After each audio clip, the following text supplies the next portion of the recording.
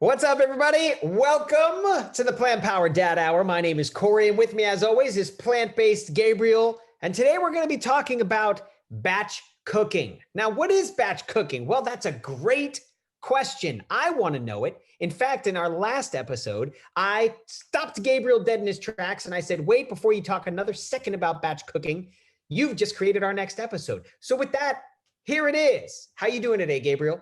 I'm doing good. We've been traveling a little bit, but we've had some cold weather here in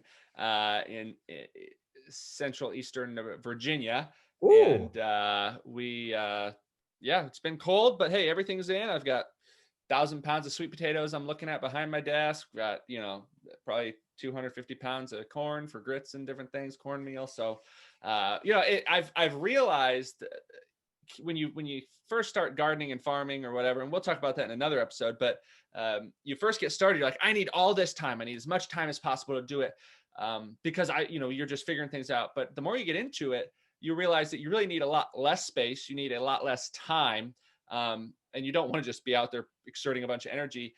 But what you really enjoy the most is when the season's over and your pantry's full of produce that you've produced. You've canned, you've frozen, you've stored dry goods, things like that, and then you just enjoy this. Where previously I'd been sitting antsy, like, oh my gosh, I got to think about what I'm going to do next spring and summer. This is the first year I can kind of kick my feet back. I can eat a meal that's 100% made from my farm and think, wow, those 3 months that are going to pass couldn't. They can take as long as they need to. So we're enjoying it. Yeah. I love it. Well, it's cold here in Florida too, Gabriel. I mean, I'm sure 65 and it's just freezing. No. Sweater weather.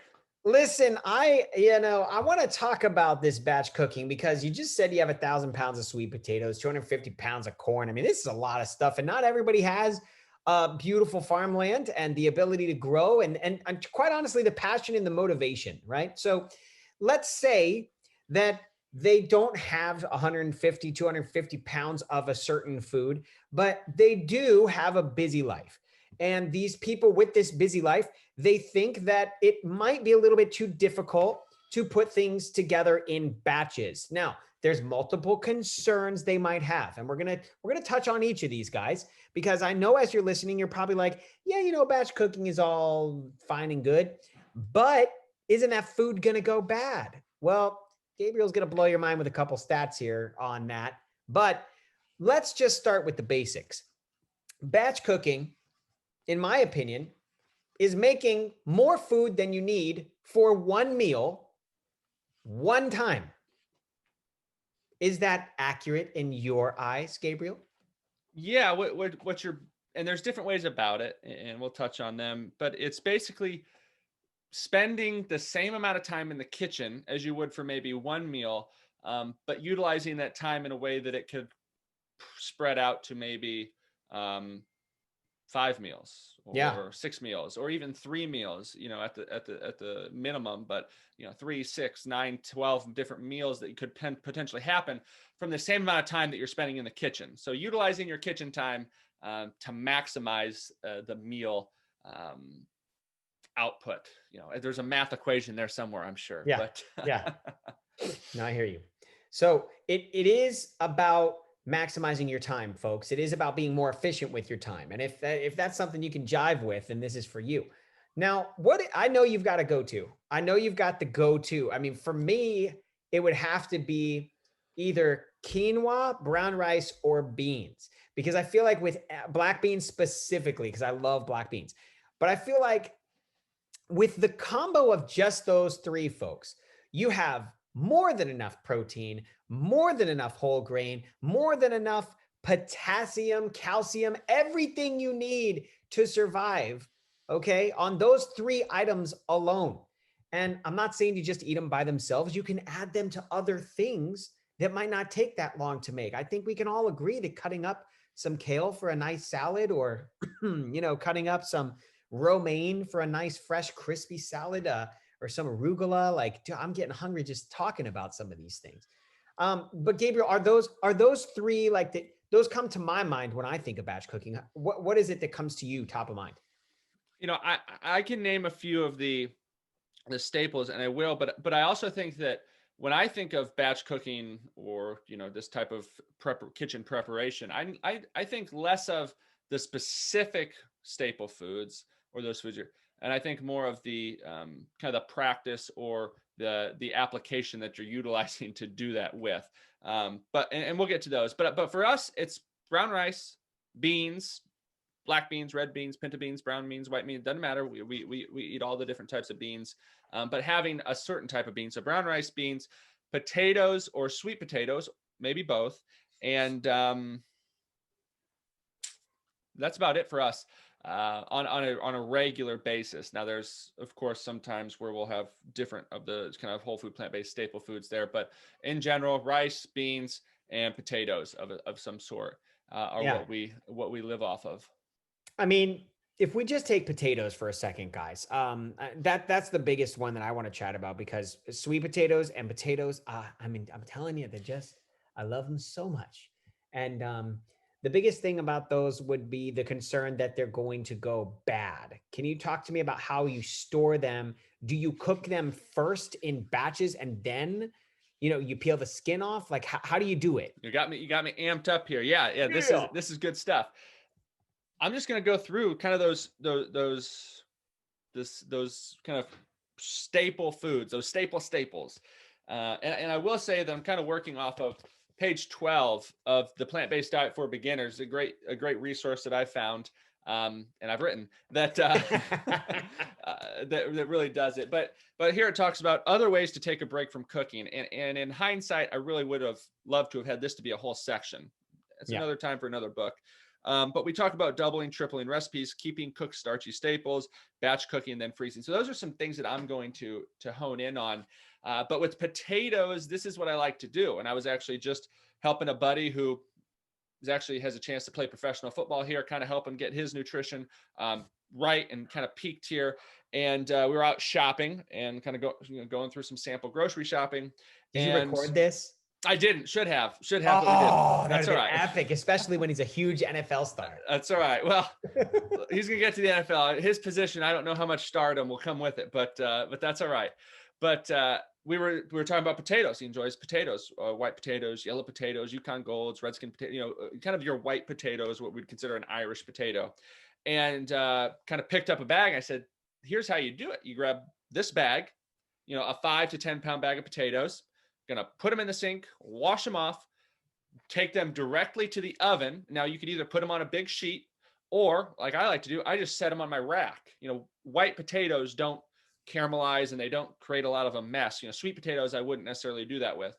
But the white potatoes, 5-10 pounds, throw them in the oven on the racks, set for 400 degrees, cook them for 45 minutes or 50 minutes, depending on how you like your potatoes. We'll say 45 minutes.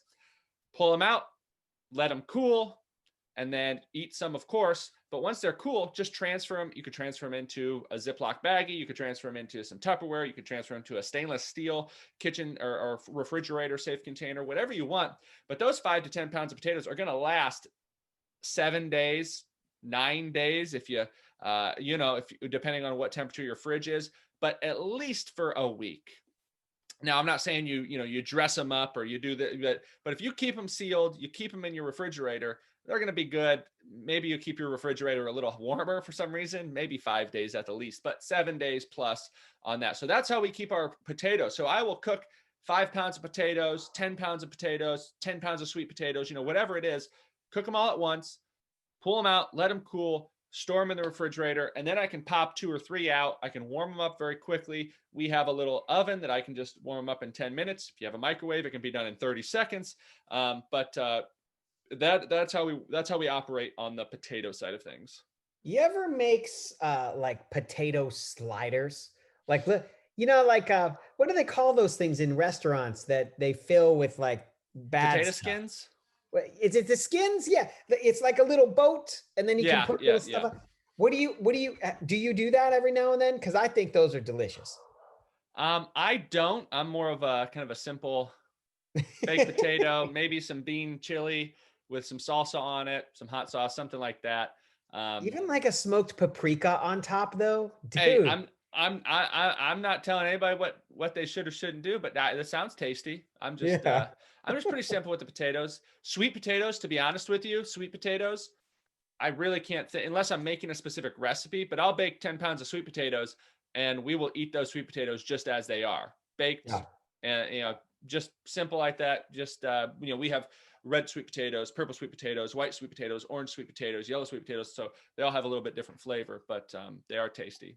Now we are talking about, the meal that you eat, but these potatoes, specifically our sweet potatoes, can serve with some sweet potato nice cream. And so I don't know if I would do like potatoes for dinner and potatoes for dessert. It just seems like a little too much. Sweet potatoes. If you're talking about sweet potatoes, they are one of the most nutritious, healthful foods. I mean, you could realistically be living off of sweet potatoes. You definitely They could. are extremely nutritious, and the same Yeah. thing with white potatoes, barring maybe some vitamins there. But we're not saying that anybody should eat just one thing. But hey, in a survival situation, you can't really go wrong with sweet potatoes. You could have sweet potato pancakes for Mm-hmm. breakfast. Whole food plant-based sweet potato pancake. You can find it in that book. You can find it on the Lean Green website. You can find those recipes anywhere. Okay. And then what would you have for lunch? Because we've already got dinner and dessert taken care of. What would be a sweet potato lunch, Gabriel? Maybe some sweet Oh, potato we're still fries going. in We're, the air we're fryer? still on sweet potatoes. All right. Oh, yeah, Um, man. Come on now. was I mean, honestly, we would just sit down and eat sweet. So today we had sweet potatoes, we had chili beans, which my chili beans are just a cooked bean, red bean or black bean or pinto bean, mixed in with some water or broth, and then some cumin, chili powder, garlic powder, onion powder, and let it simmer. Some nutritional yeast in there, and then we just had some brown rice. And so I just cut up some sweet potatoes and tossed them in there, almost as a we've got a lot of sweet potatoes, let's eat them type of type of meal. Um, sweet potato with some chili over top or some broccoli. Ooh. You All right. sweet potatoes are one of those really great foods. If you like them, you can eat them in a lot of different ways. Now there are some people that don't enjoy them, and in that case, that's all right. But sweet potatoes, I guess to kind of finish off my thing on sweet potatoes, and you can add in if you have some more. But one thing we really like the sweet potatoes is if we have some leftover sweet potatoes that we may need to use up, which is very seldom the case because we go through them so quickly. Yeah. But we will pull them out of the refrigerator, chop them into little chunks or little circles, depending on the size of the sweet potato, and then either maybe toss them in a little bit of maple syrup, but or you just take them like they are and throw them in the air fryer and let them crisp up, and they're just like little sweet potato bites. Very good, very good. We'll have that for breakfast, Ooh. as a snack, for dessert, a lot of different things there. Sweet. No, I have no other notes. This is beautiful. I want to move on to another thing that people can batch cook. Now, you said brown rice, but talk to me about storage with brown rice. Talk to me how you do it. Are you an Instant Pot kind of guy? Is that where we do it and we cover it? Fill me in. All right, so storage in general. This isn't a we could go into depth about how to store things Yeah. longer term. Yeah. If your goal is to store something for over 12 months, you're going to want to go with white rice. We'll just go with that. Like if you're going to say, hey, I want to go buy 600 pounds of rice, I would probably buy a white rice because it's going to last much, much longer than brown rice. But in general, if you're talking about 6 to 8 months, 6 to 9 months of storage, brown rice will be just fine. We just store it in airtight containers in a cool, dark room. Yep. Or could be under your countertops. It really doesn't matter there. But in a place where if you do have maybe a mouse that breaks in, you don't want it to spoil a 25-pound bag of rice or something like that on you. But the rice, how we cook our rice is similar to how we cook our beans. And so I'll just jump into rice and beans because this is something that we have cooked and ready to go in our house, in our home, and in our refrigerator at any point in time. Really, you break into my house, you're going to find some rice and beans that are cooked.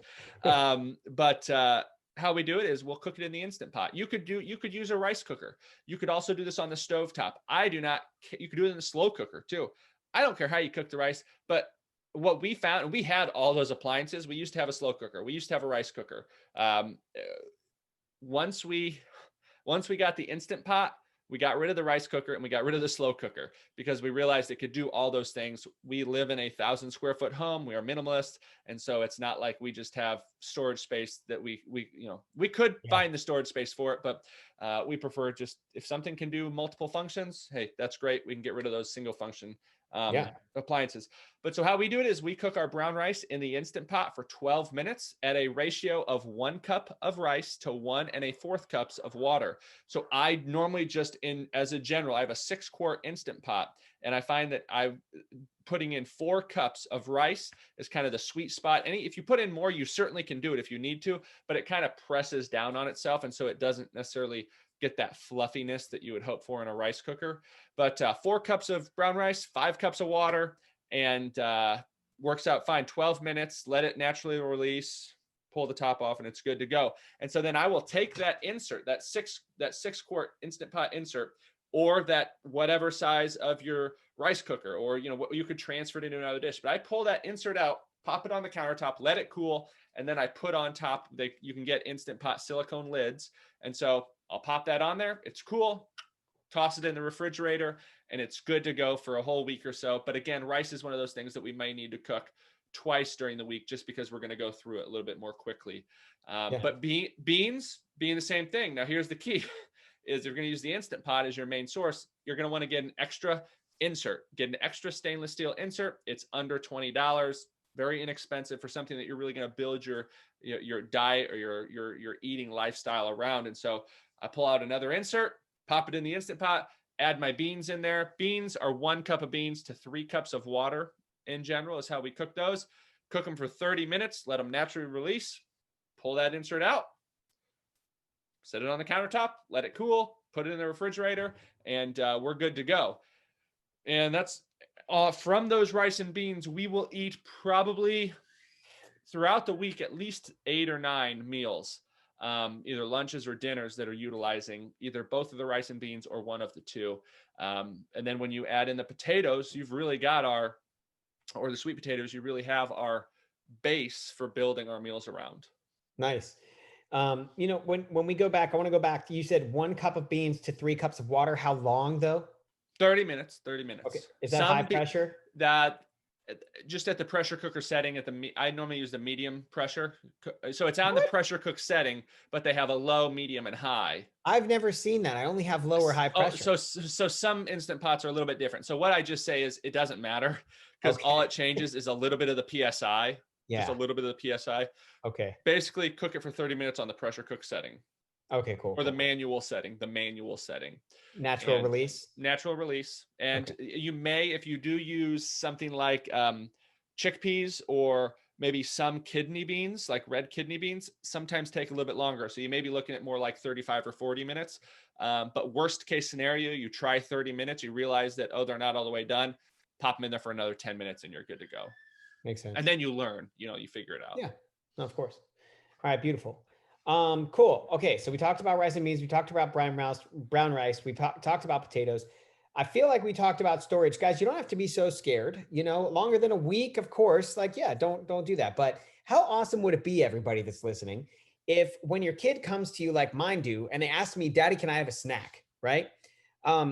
If your pantry's not full of sugary sweets, if your pantry's not full of sugary cereal that's right at their eye level on purpose, just so the big cereal companies can get your kids to look at the Count Chocula or the whatever is on the front of the box, the Leprechaun, whatever it is, right? What if instead a snack to them was something that fueled their bodies, fueled their minds, especially with them homeschooling right now? I will tell you that my little Parker, he's 5. He loves brown rice. And if you put liquid aminos on it, he loves it even more, right? And so this kid will sit down and he will eat a bowl of brown rice and be the happiest guy ever. In fact, he will go, he just loves it. He's adorable. And sometimes we have babysitters over. Mm-hmm. And when our babysitters are there, they see him eating just something that's just a singular food, right? Something like a brown rice or just mashed potatoes. And they've said this to me before, right? Like, he just ate this, right? I'm going to dare you guys who are listening right now to be different, all right? Because there is no norm. The standard American diet is not the norm, okay? What is the norm is kids eating food that fuels themselves, that helps them be better, that helps them feel better, look better, that helps them not be constipated, right? I've talked about kids get constipated a lot. And the reason they get constipated a lot is because they choose what they eat sometimes. And when they choose what they eat, they're going to choose the thing that makes them happy and gives them a quick fix, which is sugar and things that are not rich in fiber, in nutrients, in calcium, And in also their protein. parents are sticking a glass of milk and saying to eat as much cheese as they possibly can, and they wonder why their kids are constipated. But It's true. Cheese sticks. I mean, come on. No, no, no, no. So, this is why we do this show, guys. This is why we're here. We're here to let you know it's not the norm. These are two dads right here that care very much about what goes in their kids' bellies. And, Gabriel's little girl Bridget is just getting to the age where she's going to be able to have awesome daddy dates and go out with him and have a great time just like I did. I was out talking with my 9-year-old Roger. And man, this kid is so smart. And it's our job as parents to fuel them with the right decisions and the ability to know that you have other choices when it comes to what you put at the end of your fork, right? So that's why we're here. That's why we do this show. Gabriel, did we leave anything off as we're talking about yeah, batch I cooking? want I We want could, to just because yeah, I think we're gonna have a lot of folks who see this and they're worried about the 7 days for and here's there's just two things I want to touch on. yeah, Things like rice, things like potatoes. You've got it sealed in your refrigerator. Now, I'm not going to give you any advice per se on a long term, of it, but you've got to understand if you're at 6 or 7 days and you open it up and it still feels good and it smells fine, you're gonna be all right. It's and now if you're storing it in the same bag as raw chicken, or or oof, you yeah, were cooking with raw, which we don't do in our homes, right? And so that's not something we're expecting to see. But there is a much greater concern if you are keeping around meat, dairy, fish, eggs. If you're keeping that type of stuff around in your refrigerator, then you got to be like a hawk with a lot of this stuff because maybe one of the kids touched this and then they went and grabbed this or did this, right? There's a lot more concern. In our home, no animal products make their way in here. And so it's not like, oh, we're foolproof on everything. But it does mean that if my rice has been in the fridge for 7, 8 days, it looks good, it smells good, I'm normally going to go ahead and utilize it. The one thing that you will know out of kind of those staples is beans. Beans will most definitely let you know when they're starting to go bad because if you open up that that Tupperware or whatever in there, you're going to smell it and you're going to say, it doesn't smell like it did a day ago. At that point in time, you may have a last ditch effort to utilize them and cook them well, or you toss them in the compost. That's kind of your thing, your decision there. But just going with that is saying, use this and use this, and you're normally going to be okay with these whole plant foods. A lot more than you would never say that about a meat or milk or eggs or something like that. So just to say that, utilize your common sense around there. If something's been in the fridge for over 3 months, maybe we leave it alone. yeah, um, Maybe we leave it alone and it's a permanent resident in there, we just never take it out. But the last thing I wanted to say was batch cooking and then freezing. So I know there are going to be people who are worried that say 7 days or this or that. Hey, if you're worried about keeping your rice in the refrigerator or your beans in the refrigerator for more than 5 or 6 or 7 days, yeah, the more power to you. I'm not going to tell you to do something you're uncomfortable with, but I will tell you you shouldn't say, well, I'm not comfortable with that, so I shouldn't batch cook. No, batch cook and utilize that thing that's on the side of your refrigerator, under it or on top of it, call it a freezer. And you take those black beans, you take the rice, you take whatever you want, you toss it in a freezer safe container. It could be a Ziploc baggie, could be some sort of a Tupper, could be a stainless, it could be whatever you want. It could be mason jars in a lot of cases. You just gotta be careful how you freeze them. You don't want to take it hot and then cold, then hot. But utilize the batch cook and then freezing technique. My mother and father-in-law use that a lot. They'll make something like spaghetti or chili or not nachos, burritos, all whole food plant-based. And they'll make a lot of them, toss them in freezer safe containers that my father-in-law can then pull out of the freezer as he needs, set it in the, like at nighttime. So they'll make a big batch, put them in the freezer, and then at night, he'll pull one out, set it in the refrigerator so it thaws a good bit, and then he can take it to work and warm it up. And so whether that's spaghetti or burritos or chili and potatoes or baked potatoes, there's a lot of different options there. So you can get creative with it, but understand that if you really want to dive into it, depending on what your kind of daily time constraints are, you can always batch cook, keep it in the refrigerator. You can batch cook, keep it in the freezer. You can do a lot of different options there. But find what works for you, find what's easy for you, but also most importantly, which kind of goes along with those other ones, but find what you're actually going to do.